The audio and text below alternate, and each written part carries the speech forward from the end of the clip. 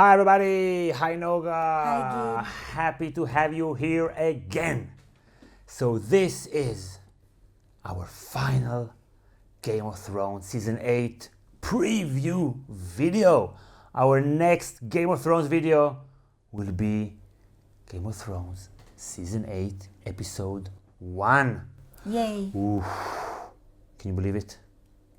Yeah, we've been talking about it for a while, so it's kind of real. Okay, you should say, I can't believe it, you should be amazed, and it's incredible, I can't believe we talked about it. Okay, whatever. So we want to talk, so this is the final season of the whole story. 8 seasons are now coming to a close. And he has said that the ending would be bittersweet. Now the ending is coming, the end is near. Bittersweet. Let's psychoanalyze. Let's put the bittersweet ending on the couch. But before we start, I noticed that about 30% of our viewers are not subscribed. Ooh, I want to take that down to 10%. So 20% of you who are not subscribed, you should subscribe, and you should assume that you are part of the 20%, so everybody subscribe.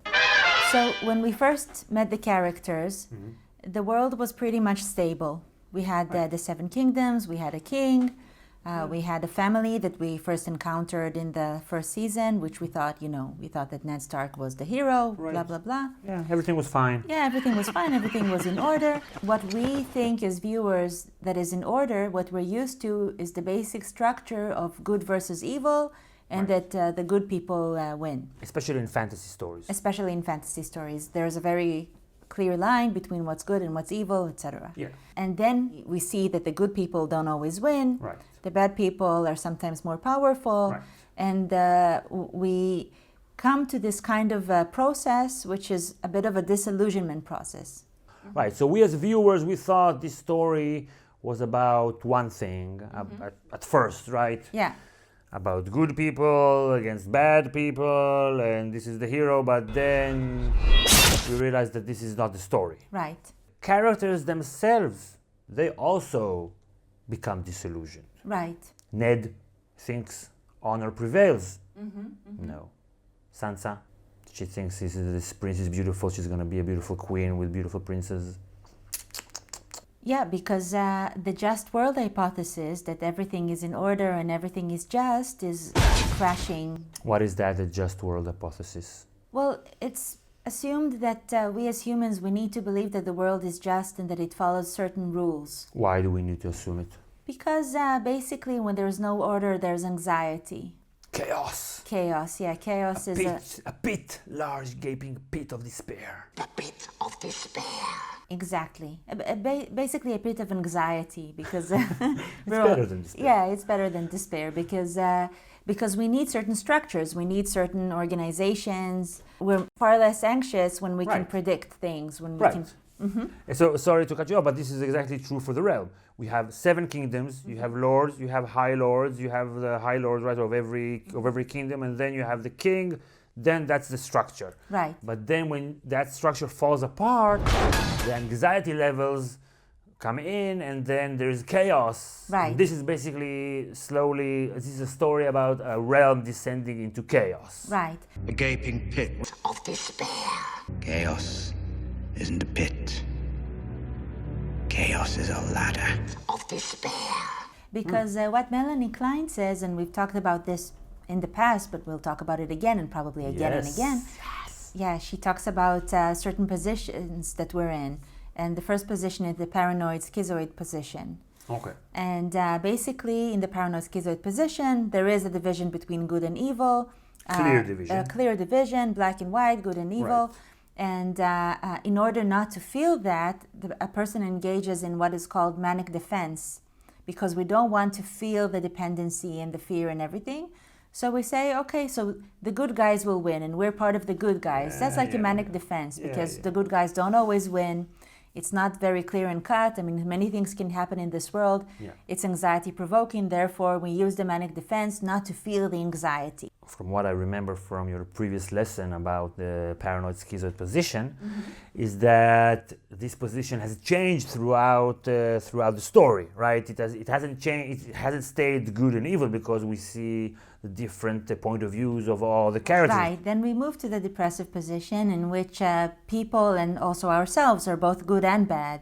And it's called depressive position because there's a certain depression that comes from not being, the best and the winners, and like there's this perfect goodness in the world. Right. Because then we come to realize that people, the people that we love, the people that we appreciate and admire are both good and bad. They have badness in them, and we also have badness in us. And this world has bad things. I do. Well, you don't. Yeah, of course.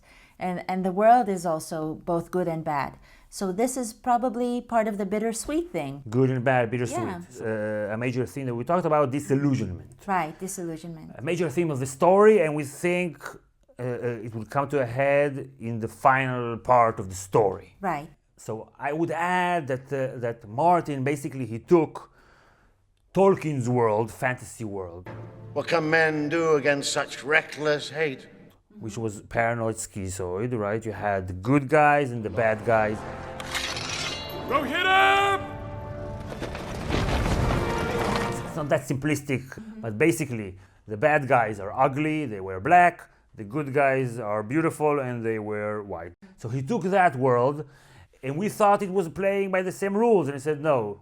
If your precious Bentley commanded you to kill your own father and stand by while thousands of men, women, and children burned alive, would you have done it? And I would say that we also became a little bit disillusioned by the high quality of the show. It started out as an incredible show, and then we saw that it's sometimes good. A day will come when you think you're safe and happy, and your joy will turn to ashes in your mouth. Sometimes bad. Spit it out, you wee shit! Spit it out! And Martin, one of his formative experiences was him being a conscientious objector to the war in Vietnam, which was a major event of disillusionment towards the leadership, right? The president lied. Right. He lied, our father lied. Actually, and Tolkien fought in World War I, which was also actually a period of disillusionment from the leaders, but still, it works well. You say that some of the whole show, part of it is bad, part of it is good. Yeah. You get really good, really bad. So it's also a bit about the depressive position because, as people, we can't be 100% attuned to each other. And even like the good enough mother, what Winnicott says, or like the mother that develops secure attachment, what Bowlby says. Okay. Bowlby actually says Who? that... Bowlby? John Bowlby, We never mentioned Bowlby. I'm sorry. Never mentioned Bowlby. I never mentioned Bowlby. John Bowlby, he was basically a psychoanalyst initially. He worked with kids in like the orphanages, after the Second World War in England. Okay. And he was the first person that came up with the concept of attachment, of the fact that we need a secure base, we need secure attachment in order to... we'll talk about that also with Tyrion. He about the invented video on attachment. Tyrion. Before that, humans were not attached. Well, the concept of attachment. He discovered it. Okay. Discovered it. Yeah. It's. It's always a question in psychoanalysis whether we invent things or we discover things, because it's not pure science. So there's a lot of construction. Right. So, but yeah, he discovered it. So how do you apply that here? So in a way, it's also, the good enough mother is the mother who is attuned, according to Bowlby, like 30% of the time. That's 30%? Yeah, that's what you need. You need to be attuned 30% of the time, and like 70% of the time, you're busy repairing your misattunements. You're yeah, but it's very comforting in that sense. And good enough mother. That's I love how it sounds, how this term sounds. Because, exactly. Because to be a good mother, that's something that's a very, very high bar. It's a very high bar, and it's also not very welcomed actually. Because if the mother is too good, then the kid doesn't need to develop on its own. It needs a certain space of frustration in order to develop.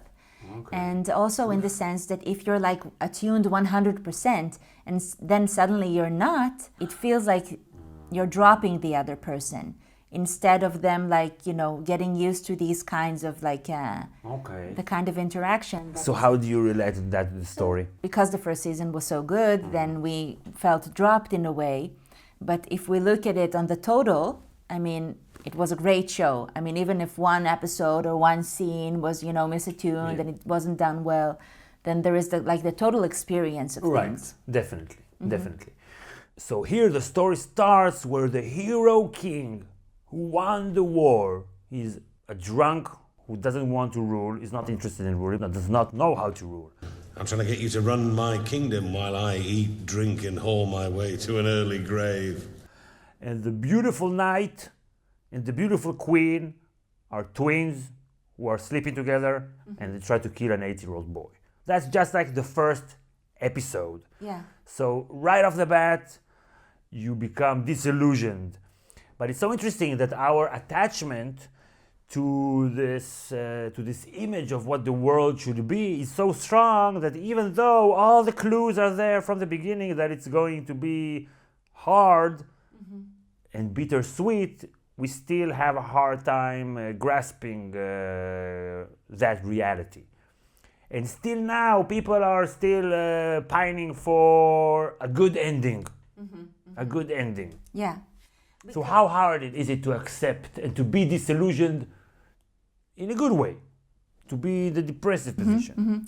It's hard. It's not fun to be in the depressive position, but it's the healthiest position to be in. Like another theme that goes through the show, The story is about the dialectics between destruction and repair, right? Okay. So we see the world when it's repaired, like it's after the rebellion, things are quite stable. Right.